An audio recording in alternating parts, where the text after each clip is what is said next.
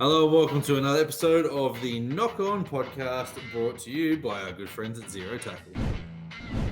Now let's just get into the big news of the day, mate. Well, there's three pieces of big news, but we're going to start with everyone's second favourite team, and your favourite, and that is Tim Sheens. I reckon he sacked himself. Would you like to fill us in, being the resident Tigers fan? Yeah, look, this is a bloke who last year sacked Michael Maguire and then ran the rule of all the coaches around the world, interviewed everybody, interviewed himself, hired himself, made a really strange decision to bring Benji Marshall and Robbie Farah into the mix, neither of them coaching experience. And now what is going to be back-to-back wooden spoons for the Tigers, he sacked himself. Now, Justin Pascoe and Lee, however you say his surname, I don't even know, I don't even care. They need to start taking some rap on this because it's whatever they're doing is not working. You know, you can't go for, what is it now? Last time they played finals, 2011? Right? They have got to be the favourites for the wooden spoon next year. Nothing's gone right for them in recruitment. You know, they're going to be playing out their season with Aiden Caesar and whoever else they signed someone else at 5 up. Sullivan. Jaden Sullivan. They've also signed the Latu brothers as well. But outside of that, like looking at that team there, I'm not sitting there going, you know what will really fix this team? Aiden Caesar. Now, mate, Anyway, we're going. There's going to be a bigger segment on the Tigers coming up. So you just give us your 20 seconds worth, Dan. That's exactly where I was trying to go because I felt the rant coming on, Terry, and it's justified. This is a team that came in with Api Coruscant and Isaiah Papali'i, and somehow managed to get worse. I said from the start that Tim Sheens was a mistake, and you obviously said the same because anyone with two eyes can see that this was not going to work. And I said 8 to 10 weeks ago they need to cut the cord now and just put Benji right in and find out whether he's going to sink or swim. Look, mate, we got there in the end, but Benji Marshall's going to go in last year, and his grace period is going to be about 6 to 8 weeks. If they start 0-6 or even 2-4, then the knives are going to be out. We've already seen our mate Rugby League Mo linking John Morris to the club, and if John Morris is your answer, then your questions are not right. I'm going to save it. My thoughts, I'm going to throw over to you soon, mate. But from negative to positive, because we have a Pacific Championship. Yeah. Now the NRL today announced a off-season Pacific Championship in the schedule on the 14th and 15th of October, so 2 weeks after the NRL Grand Final. Australia versus Samoa at Queensland Country Bank Stadium in Townsville. Australia versus New Zealand women at Queensland Country Bank Stadium. PNG versus the Cook Islands in Port Moresby in Papua New Guinea. And Samoa versus Fiji women's in Port Moresby. From October 21 to October 22, New Zealand and Samoa men at Eden Park in Auckland. New Zealand and Tonga women at Eden Park. Fiji and the Cook Islands in Port Moresby. And PNG and the Cook Islands in Port Moresby women. Week 3, you're going to have Australia and New Zealand men at Amy Park. Now, that is going to be sensational. And Australia versus New Zealand women at Amy Park as well. And PNG versus Fiji.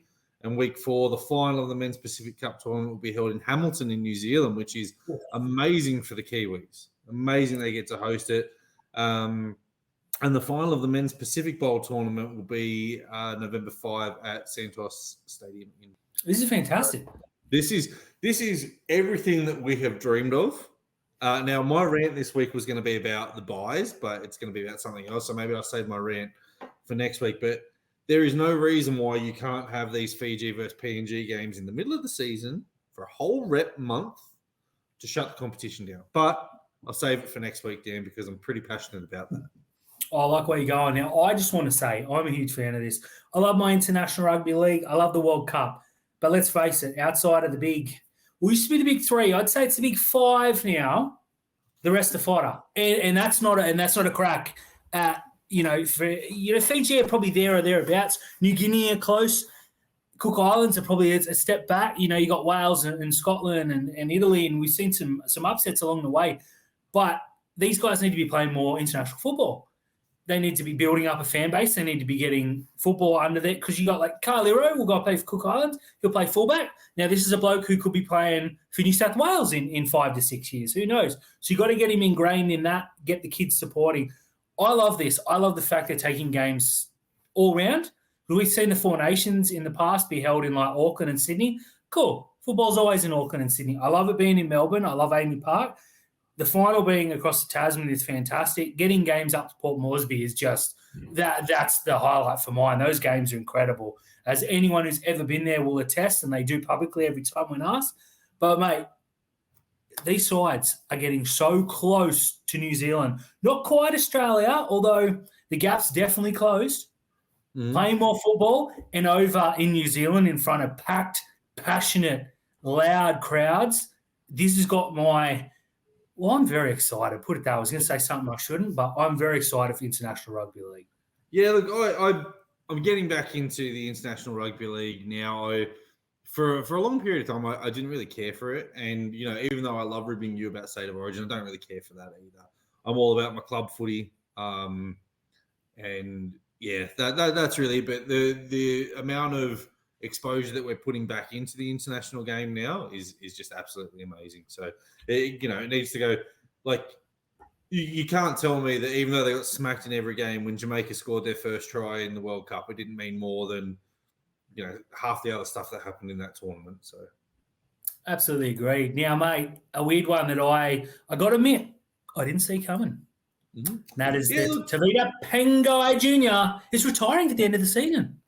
Yeah, I cheekily said in our DM group that I feel that he will be back in the NRL in 12 to 18 months on a cheaper contract at the Bulldogs. Braithen has to echo the same sentiments, but probably at a different club. Upon hearing what he had to say, it wouldn't surprise me if he ended up at Redcliffe for the Dolphins under Wayne Bennett, who has probably been the only one who could get anything out of him. Or he could go back to Penrith on a cheapish deal.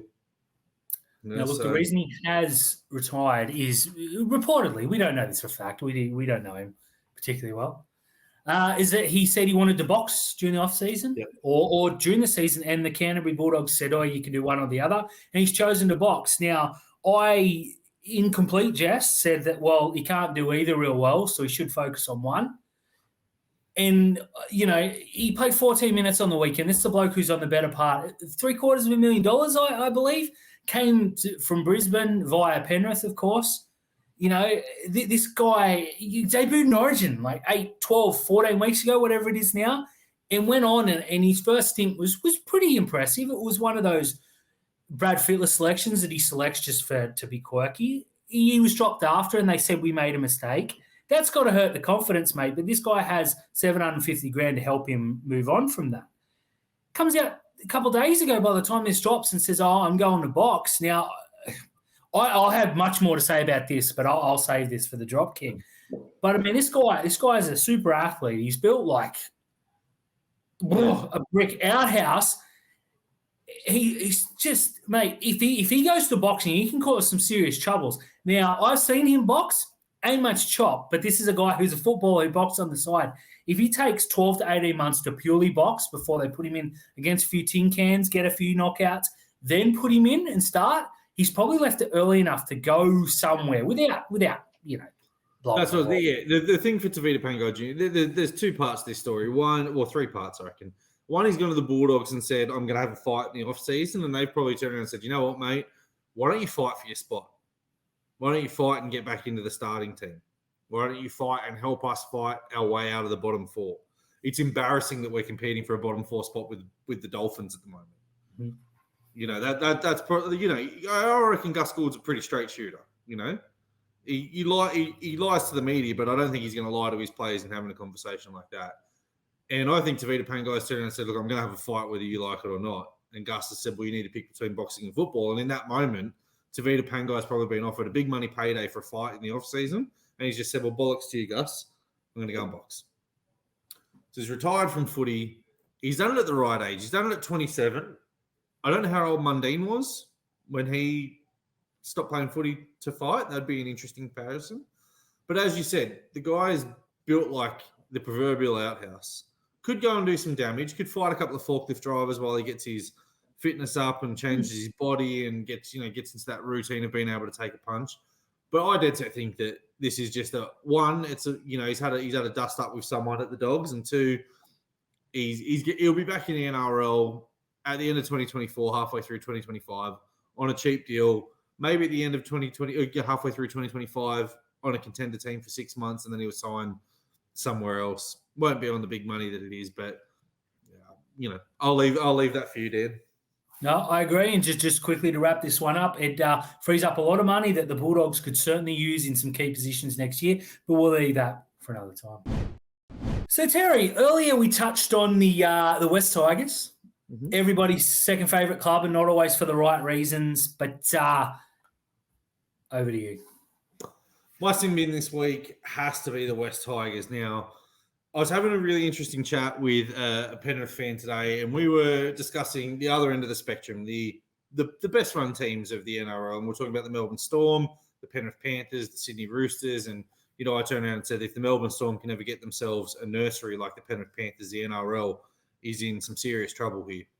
And, the Penrith fan turned around and said, they're the best run sporting organisation in Australia since 2000. Whilst I will agree, I do think it's the Perth Wildcats. But if you're talking NRL, it's definitely the Melbourne Storm. You want to flip to the other end of the spectrum. This is a side that merged two teams who were in the bottom four when they merged. The Magpies came last. Balmain Tigers were in the bottom four. They were dreadful.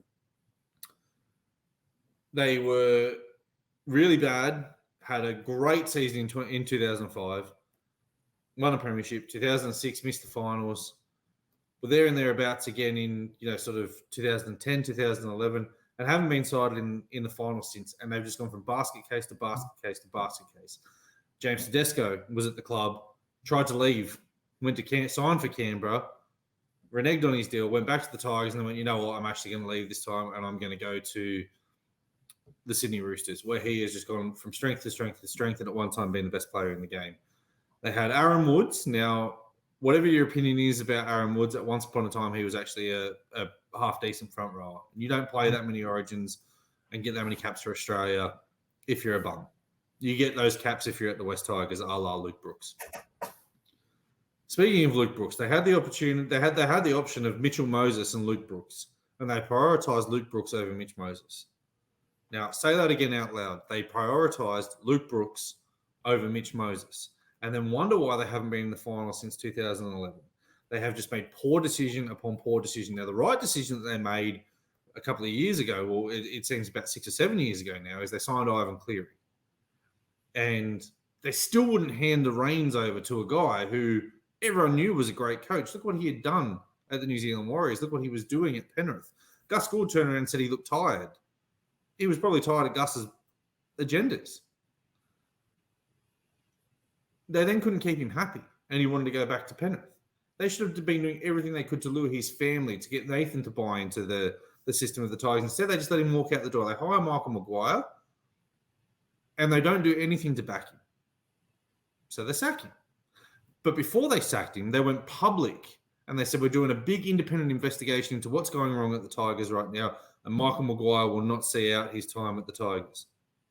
6 hours later, they re-signed Michael Maguire to a contract they didn't need to. They had Mick Potter on the books at once upon a time as well.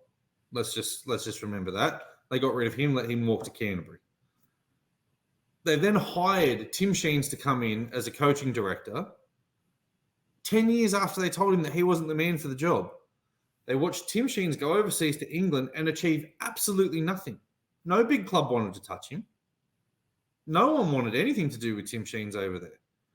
He comes back to the Tigers in the coaching capacity, 10 years older, with no fresh ideas. He looked tired. He goes on a worldwide tour for a coach and figures out that he's the best man for the job. And what's he going to do? He's going to bring in a bloke who has had, a good career. Benji Marshall had a good career. No premierships, though, and a lot of highlight reels.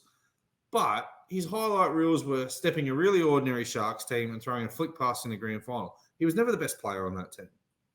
Scott Prince was the best player on that team. Scott Prince is the reason they won a grand final. Brett Hodgson is the reason they won a grand final. Robbie Farah was in the peak and prime of his career at that time there. He just peaked a bit too early. This club, this organisation is a disaster. Last year, there were 16 teams in the competition. They signed the best hooker in the competition in Api Koroisau. They signed the best back rower in the competition in Isaiah Papali'i. And they said, the only way from here is up. They're now 17th. They are going to come last. They have taken a step backwards. And Tim Sheens has now decided, you know what? Maybe I wasn't the right person for this job. He's watched Des Hasler go. He's watched Justin Holbrook sign as an assistant coach. He's seen Christian Wolf resign from the Samoa team to try and get himself an opportunity and just let it go. What are they going to do now? They're going to fast-track Benji Marshall in. It's a disaster. If I said to you that there's another 10 years of no finals for the Tigers, I'm probably closer to being right. I don't see a future for that club. They're just going to be the Sydney version of the Gold Coast Titans. That's it. Now, Dan, many people would call you a dropkick. Many people would be wrong. I will never let them say that about you. But this week, who have we got on Dan's dropkick? NRL players boxing. It's been a bugbear of mine for quite a few years, going back to the Paul Gallen days where, you'd see him come in for Origin. You'd see him go out there and die for his state. He'd miss 6 weeks for Cronulla. We'd miss the finals, and then he'd box 3 weeks later. Wasn't a huge fan of it then, and I'm certainly not a huge fan of it now. What NRL players don't seem to realise is that you do not play boxing. It takes one punch to end a career. It takes one punch to end a life. Now, I'm not suggesting that these 6'4", 120 kilos, and I'm jumping between systems there, super athletic youngsters who are going to fight other footballers or with the greatest respects, Uber drivers or blokes they found on the street. We've seen street fighters fight Sonny Bill Williams in the past. So I'm not suggesting they're going and fighting, Tyson Fury or a Pete Klitschko or anything of that nature.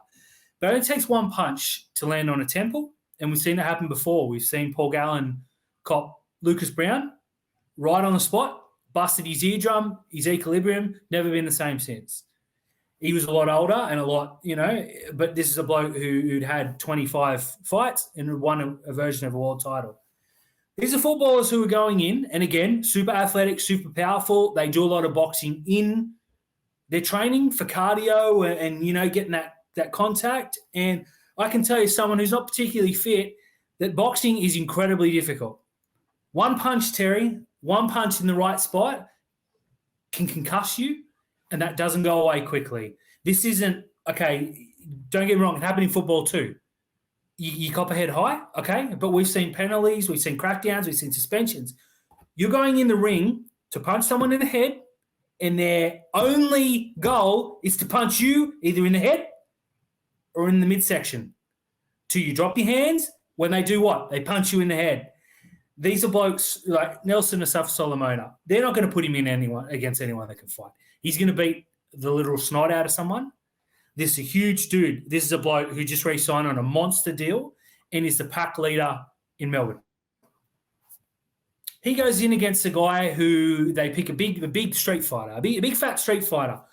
They put him up there. Everyone's laughing. He's having a bit of a dance. He laughs. He sees a pretty on the front of his head. Guy clocks him, busts his eardrum. Nelson misses the preseason. This is very, very real. And then you got guys like, the other footballers that have been in there. Junior Paulo, he fought Paul Gallen. Imagine if that had, and I know it was a bit of a joke and it was 2-minute rounds and it was for charity, et cetera, but we've seen the Rose Boys, who I love quietly. I think they're very good promoters, put on these fights. And NRL versus NRL stars sells. But these guys are peak in the physical peak of their lives and the heights of their career. They're on hundreds of thousands of dollars. Imagine you're a fan and you watch Junior Paulo got knocked out. Sweet. Yeah, he'll be right. Okay, the concussion lingers. He falls. He hurts an ankle or he cops one and needs off-season surgery, misses the games for Samoa, can't back up for the preseason. It only takes one punch to completely ruin a guy's career. And these guys are jumping in and going, yeah, I'll box. Okay. Once again, they're going to be fighting tin cans. But what if they get it wrong? What if the matchmaker looks at someone and goes, yeah, they're no good. And these guys train their backsides off and go in there and God forbid, hurt a footballer, and anyone who steps in the ring, they all know the risk. I think they see it as an easy payday, and I get it. A lot of people jump in. I'll probably watch whatever shows there are because I'm a boxing fan, whether, carnival boxing or boxing purist, whatever. But I don't think they realise just how dangerous this is and how bad it can go. Now, I hope that nothing happens, and I don't want to sit here saying I told you so. But what if it does? That's not a risk I would want to take. If you told me, oh, cool, Nico Hines is going to go take a fight in the off-season. Are you kidding me? I hate it. I hate NRL players in there. I know Paul Gallen did it after he retired, and great work to him, all the props in the world. But focus on your football first. Put a headgear on, fight an amateur fight against a mate at training. I don't know. Just leave the stuff to the professionals until you finish your career. Dan. Talk to me, Terry. It's time for a set restart, mate. Set restart. Let's get it going. The first one. Payne Haas has signed a massive contract with the Brisbane Broncos. Now, every time it seems that there's 12 to 18 months left on Payne Haas's contract, he tells the Broncos he's going to leave. He wants a Sydney club. He wants to go to Newcastle again. He wants to go to rugby. He wants to go to Japanese rugby. He wants to go anywhere else but the Brisbane Broncos. I'm never going to play for the Broncos again, he says. I've been mentored by Sonny Bill Williams. I've been told that I need to go elsewhere. And the Broncos stump up the cash that he wants, and all of a sudden Payne Haas is happy again. What are your thoughts on this? I think it's exactly as advertised. This is a bloke who has a very good manager and is very good at playing the game. He's a guy who loves his money, and the best of luck to him. I'm certainly not here to begrudge him a single dollar. But I think that he's seen Tino get 1.2 and said, hey, hold on, I'm at least as good as Tino, and better. The general feeling is he's better. So he's gone in and said, I want 1.2 and $1 because I want to be paid more than the highest paid prop. They've come in and said 1.3 and he signed. But, mate, I guarantee the second that Adam Fanua-Blake gets 1.5 next year, Payne Haas pulls this exact same thing again. So Broncos fans can breathe for now. Yeah, look, the other thing as well for mine is I know that front rowers now have a really, really important role in the game. And, Wayne Bennett has the famous quote, I'll never pay more than $300,000 for a front rower. But the game has changed, the game has evolved, and these big, massive bodies, like Cronulla are screaming out for a front rower, right? Oh, I think it's bad cap management giving you prop 1.2. I didn't like the Tino deal. I didn't like the 10 years for Tino, and I don't like the money that he's being paid. $1.2 million is for Reece Walsh, and Reece Walsh only in that team. Mm-hmm. The other thing as well is that the story going around is the Broncos wanted it to be a 4-year deal, so that way it avoids the Rugby World Cup. Payne Haas signed to the end of 2026. He's going to pull the same stunt again on the Broncos. Look at all these front rowers. They're getting paid more than me. I'm going to go to rugby unless you make me the highest paid player in the game. Watch it. Bookmark this. 2026, he's either going to go to the rugby on sensational money for 2 seasons, or he's going to hold the Broncos at ransom like he seems to do every year. The Titans, the Gold Coast Titans, Dan, your Gold Coast Titans have come up with the most unrecognisable spine. Oh, man. And they're playing the Panthers. They're throwing a young kid on debut to the Panthers. Oh, boy. The almost literal Wolves, mate. Now, I am going to go on record here as to say Jaden Campbell's the 6, and I believe Chris Rankin is the 9. And I couldn't name the other 2. Chris Randall is the 9. See, there you go.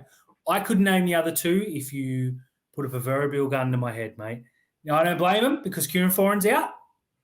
And so is AJ Brimson eternally. I think his time at the Titans needs to end, but that's another rant for another time. Mm-hmm. Good luck to them because they're going to need it. Troy Weaver played in the Origin for New South Wales, the under-19s Origin for New South Wales. He's really good. Now, he is a player of the future, but we see this so much with the Titans, right? They signed, what's his name, Ash Taylor, who was the Australian schoolboys halfback. Tanner Boyd was one of the best halfbacks coming through. Toby Sexton was one of the best halfbacks coming through. This is just, I mean, I get it, right? You've got to have a debut somewhere. But throwing in a 19-year-old kid against the Penrith Panthers is just like throwing a red rag to a bull. There's nothing good that's going to come out of this for him. Nothing whatsoever. And I know Tanner Boyd's season's done. Right? He's injured and his season's done. But I don't know. Surely there was something. What he said? I take it. I haven't read the news. Is Sam Verrills injured? Yes, he is. Well, that's unfortunate, but that's what you knew you were getting with Sam Verrills when you signed him. This is trouble for the Titans now. There's even at full strength. They're not winning this game. They're not getting close. There's no pressure on this kid. You go out there and do your best. I don't know that I would have debuted him this week, but I think they've run out of troops. There's no one left. Now, the young fullback had a pretty good game against us the other night when he was called in against Cronulla. Probably scored a try that we were a bit lucky to see not given. So you got a bit of speed. Jaden Campbell, very, very good player. I think he's going to be a superstar of the future, like a mega star. He's everything. Very small. Chris Randall, he's an okay player. Pretty small. They better hope that Tino plays like he's on 5 million and Fafita plays like he's on 3 because they're going to get walked through on the weekend. And it's not about the result. It's about this kid going in and getting some confidence. Now, if they've run out of troops and he's the last man standing, then so be it. It's going to be his debut. It doesn't matter if he stinks to join up because no one in the world is going to say, you're not up to it based on the fact that you and, a fullback turn 5'8" couldn't match it with the Penrith Panthers. So I get it. But I think, call me a conspiracy theorist, but I think Des Hasler might have had a word and said, don't think Tanner Boyd's my 7 next year. Let's give this kid 3 weeks because if he makes it through physically this week, he ain't going nowhere for the rest of the season. Titans season's over. You might as well get 3 games of this kid. I like it, but I fear for him. I fear for the Titans. The Cowboys set the record of the biggest NRL loss when they beat the Tigers 74-0. I fear that scoreline could be matched this weekend. What good does that do for this kid, though? And I get it. He's last man up. I don't know. I don't like it. Next. Jarrod Croker.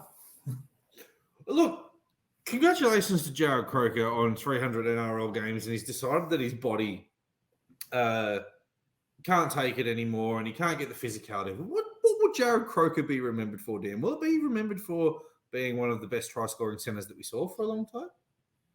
Will it be remembered as a centre who probably should have played State of Origin but didn't? Will he be remembered as a goal-kicking whiz? No. Jarrod Croker will be remembered as the man who fleeced Canberra to playing him 290 games more than he deserved. Rank average, Canberra legend. Yeah, I don't know if I completely agree with that. I don't care. He sucks. He's always sucked. Look, that's why they pay us the big bucks for controversial takes like that, Terry. I think he definitely should have played Origin. I think he's probably not the best player to never play Origin because there's some freaks that were overlooked for various reasons, but I think he's right up there. I don't like his nickname. I think Toots is perhaps the worst nickname in the NRL, which is very important, you see, and I care greatly. And there's a guy in the NRL nicknamed the Octopus. Well, look, there you go. It's pretty bad. But look, he's, we make jokes, but he's had a brilliant career, and he was a bloke who could kick from anywhere, missed some important kicks, which I was hoping he wouldn't bring up, and that he's remembered for that because, he got up there and he took the shot. Yeah, he didn't always make it, but he made more than he didn't. He's a point-scoring superstar, scored a heap of tries. He will go down as a Canberra legend. I was very happy to see them turn out in big numbers down there when he played his 300s. I'm glad he got there. We thought he was New South Wales Cup bound till the retirement, so good on him for proving us strong there. But much like Wade Graham, it's a thing where Father Time got him, and if you're looking at him now compared to what he was at his peak, obviously it's worlds apart.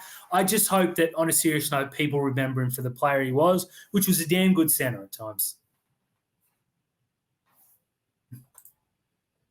Terry will not be swayed.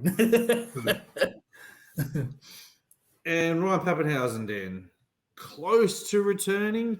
Will he play before finals? He hasn't been named this week for Melbourne. I think he's been named again for Falcons.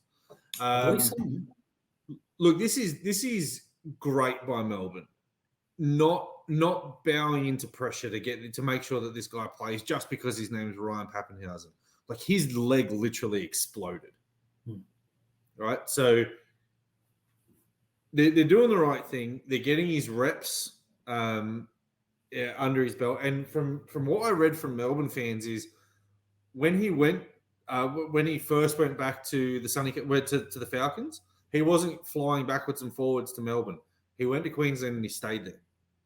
They've only just integrated him back into coming back to Melbourne now, which is great. So I like what they're doing with him, and I like that they're not being forced into bringing him back. The advantage for Melbourne is they're in the top 4. So Nick Meaney is doing a serviceable job. Now, I think they're having a look at him to see what he could do as an impact player, a la Nicho Hynes coming off the bench. He's not going to unseat Meaney this year. I don't think he's going to have the legs to do it. But you're telling me in a close game, in a finals, in a prelim to get in the grand final, it's 16-14, Brisbane are up with 15 minutes to go, and you can bring Ryan Papenhuyzen off the bench? Oh, boy. Melbourne are a dark horse. Look, they certainly are. I think you hit the nail on the head with Nick Meaney's doing a serviceable job. We go a bit further. I'd say he's doing a pretty darn good job.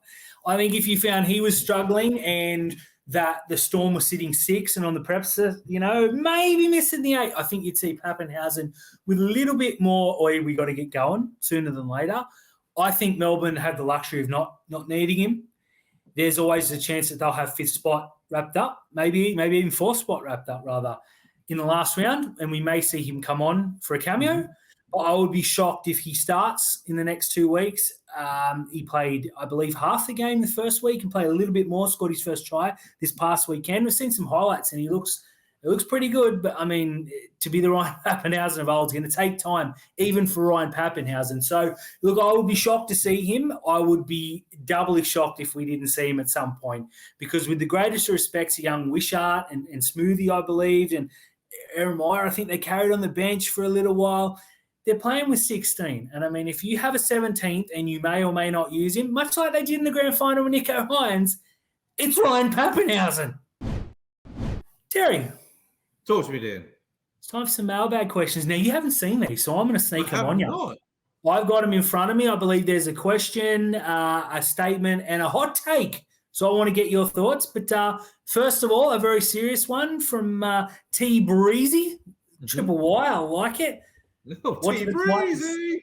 Yo, T. What do the Titans need to do to make them a consistent finals team? They need to completely overhaul that roster. They have got to figure out what they're going to do with AJ Brimson. Now, the first thing that you need to do is find a club who can take on his full salary, and I'd be looking at the West Tigers for that. Ship him off. See what I don't think the Dolphins need him, actually. They need to figure out what they're going to do. Jaden Campbell's their fullback for the future. They need a 5'8". They need a halfback, and I think Troy Weaver could be it, but he's not it at the moment. And they need to figure out what they're going to do with the number 9, because Sam Verrills can't stay fit. They need a lock forward because Aaron Clark is not him. And they need some forward rotation, and they need to get rid of Aaron Shop. So there's a lot they need to do, and they've invested a lot of money in the wrong areas, and I don't think they're going to be able to do it. For this Titans team to be consistent, look, they're obviously going to improve under Desi Hasler, but again, if you're going to give him full control over a salary cap, you're in a bit of trouble. So, start with a halfback, try and find a halfback. You got your halfback if you try and find a 5'8". Don't go for a Matt Moylan. Don't re-sign Kieran Foran. Figure it out, though. You need a lock forward and probably another prop. That's a start. Look, yeah, now they've re-signed 2 big name players in Fafita and Tino, but they're not going to win your premierships, with the greatest respect to both of whom I'm huge fans. Yeah, look, the money has to be, it's spent now. There's nothing they can do. But AJ Brimson's on an absolute bag. Bloke can't stay fit as much as I love him, and I'm the biggest fan of his outside his own family. So they need to move him on, and they need to bring some players in. They need to pick. Brian Kelly hasn't lived up to expectations. They've got Philip Sami's got to touch the ball more, so he's got to move into centres. They've got to pick the young two wingers, and they've got to stick with them, with Sami and Kelly in the centres. And if Kelly doesn't fire, then you move on. I don't think Brimson's going to play centres. I don't think his body's up to it, even though he's done it very well, especially at Origin level, but I think it's time to move on. Look, they get Bo Foymore back next year, but they need to find a way. Tino has to play 80 minutes every week. He's been paid $1 million this year. Lock forward. He needs to go to lock. So then they need two props. He has to. He and Fafita need to play lots and lots of minutes and do lots of the work. Kieran Foran, love the guy, great career, not the player they need. They need to find a younger. So to answer your question, they need lots. I think Desi has the will help, but they need to rein him in and say, who do you want? Okay, I'll go get him because you ain't going to get him. You'll overpay him and back-end contracts. We'll be in all sorts of trouble. There's a good side there in the Titans in the nucleus. I don't know much about their junior nursery or their Queensland Cup team, but lots, unfortunately. Now, this is something that before the season I would have said absolutely. Now I'm not so sure. This is from Sam Wansbone. So he has to make it to the prelim again. No. Fair enough. No, I don't think they're up to it this season. No. In the preseason, though, I was absolutely convinced they would be there. I was convinced they'd be in the grand final. Yeah, no, done. No, look, fair enough. And then the hot take to end all hot takes, Mitch Moses for the Dally M. That comes from M. Now, I think, Terry, he might be trying to wind us up here because for those that didn't see, he's now nursing a broken jaw, unfortunately. Not this season. No, not this season. If that had for 2024 at the end of it, yeah, maybe. I think you're going to see some real lean years for Parramatta. They haven't really signed much. There's talks today that they have met with Billy Smith and they want Connor Tracy for 2024. Probably barking up the wrong tree with Connor Tracy. I'm going to get Kale Lero. But, yeah, I mean, Billy Smith, I don't think you're going to get him. For Moses to win the Dally M, he needs to be perfect every week, and we know he can't do that. He is an elite halfback when he's on his game, but he's not on his game every week. Again, like a Nico Hines, he struggles against the big clubs, and I think that's where, if you have a good game against the Penrith or the Storm or something like that, that's where you earn your money and you get your Dally M points.